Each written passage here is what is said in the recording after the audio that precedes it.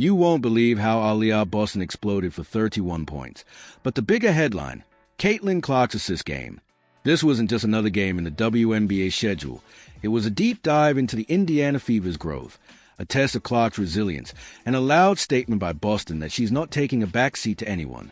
The Indiana Fever faced off against the Seattle Storm in a matchup that was anything but predictable. Fans came in to see Caitlin Clark's signature deep threes in court vision, but walk away talking about Boston's dominance in the paint. The game opened with high energy at Climate Pledge Arena. Seattle fans were ready, expecting a home court edge. But Aliyah Boston had other plans. She came out of the gate aggressive, attacking inside, crashing the boards, and finishing plays with authority. Her final stat line, 31 points on 13 of 18 shooting, including 5 of 6 from the line, was a career high and one of the most efficient performances of the WNBA season. It was a kind of game that reminded people why she was a #1 pick before Caitlin Clark ever stepped onto a pro court. Meanwhile, Caitlin Clark had one of her toughest outings in a Fever jersey. She finished with only 6 points on 3 of 13 shooting, missed all 6 of her three-point attempts, and committed 8 turnovers.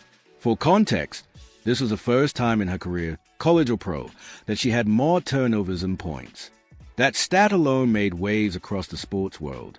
Yet despite the cold shooting and unforced errors, Clark's influence on the game remained visible. Her court vision was still sharp. She found Kelsey Mitchell on backdoor cuts, fed Boston off screens, and helped space the floor in a way that forced Seattle to overcommit defensively. Kelsey Mitchell stepped up in a major way, draining 26 points and hitting 5 shots from beyond the arc. Her hot hand helped ease the pressure off Clark and gave Indiana a reliable second scorer alongside Boston. Mitchell's three-point accuracy stretched Seattle's defense and opened up lanes for Boston to operate in paint. Every time Seattle tried to collapse, Indiana punished them from outside. On the other end, Seattle stars were quieter than expected. Jewell Loyd, usually their leading scorer, struggled to find rhythm. Ezi Magbegor contributed defensively with rebounds and interior pressure, but was largely outmatched by Boston's footwork and physicality. The Storm's efforts to contain Boston failed repeatedly, and their transition defense was a step too slow for Clark's outlets and Mitchell's fast breaks. While Clark's stat didn't shine, her mere presence forced Seattle to play her differently. She was guarded tightly on the perimeter, often double-teamed when driving, and constantly under defensive surveillance. That allowed others, Mitchell, Boston, and even Lexahall, to get better looks and exploit mismatches. Clark's low scoring didn't mean low value. It meant she was the gravity pulling defenders away from Indiana's real threats that night. Slow-motion highlights from this game tell the story visually. Watch Boston's step-back jumper over Magbegor. See Clark's no-look dish to Mitchell for a corner three. Zoom in on the defense overcommitting to Clark at the top of the arc, only to leave Boston wide open under the basket. Ezi Magbegor's big block on Clark in the third quarter could have swung momentum, but the Fever responded immediately with a 6-0 run. These moments aren't just stats, they're momentum shifters. Let's take a quick break here. If you're enjoying this deep dive into Caitlin Clark's performance and how it all unfolded, hit that like button, leave a comment with who you thought had the most impact, Clark, Boston, or Mitchell, and don't forget to subscribe. We've got breakdowns like this coming every week. Now, looking beyond the box score, Caitlin Clark is facing more scrutiny than ever.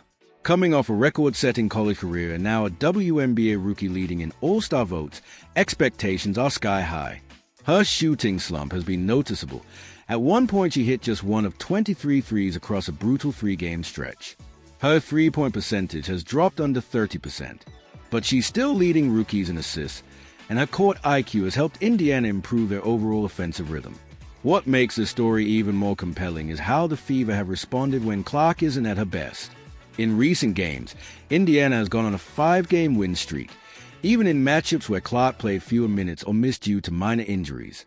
In their latest win over Seattle, for example, Clark sat out, but the team still managed a 78-74 win behind strong performances from Aliyah Boston and Natasha Howard. It shows Indiana's depth is evolving, and their dependence on Clark is reducing. That's a good thing.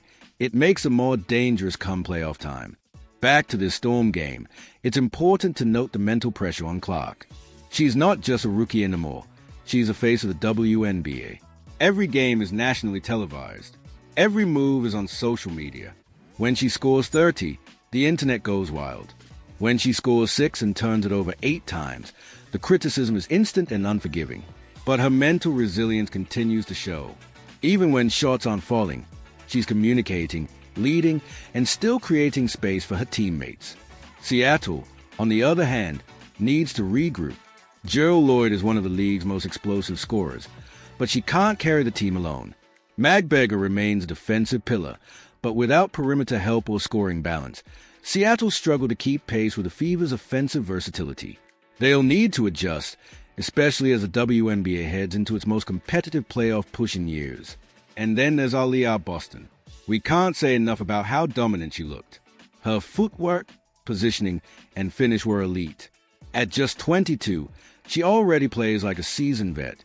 She's able to anchor the paint, play through contact, and draw doubles, opening up the floor for Clark and Mitchell. Her chemistry with Clark is growing every game, and when they are both clicking, Indiana looks like a championship-caliber team. This game, despite Clark's shooting woes, may actually prove to be one of the most important games of her season. Why? Because it showed she doesn't have to be the hero every night. That's real growth. She made mistakes, yes, but she kept facilitating, kept moving, and didn't let frustration define her game. That kind of leadership, silent, humble, supportive, is exactly what the Fever need as they build toward a deep playoff run. Let's wrap with a big-picture takeaway. Caitlin Clark is still learning, and that's okay. Not every game will be 25 points and logo threes. Some nights, it's about spacing the floor, trusting teammates, and playing through adversity. Meanwhile, Aliyah Boston is cementing herself as a franchise cornerstone. If this Fever team continues to gel the way they have, they are not just a fun watch. They are a legitimate contender. Their next game against Seattle promises even more fireworks. Will Clark bounce back? Will Boston go back-to-back with dominant outings? What adjustments will Jewell Loyd and the Storm make? Every game counts now, and the WNBA is hotter than ever. Stay tuned for more in-depth breakdowns. And remember, hit like, share this with your basketball-loving friends, and drop a comment below. We want to hear your thoughts on Caitlin Clark's journey, Boston's breakout, and how this new era Fever team is shaking up the WNBA.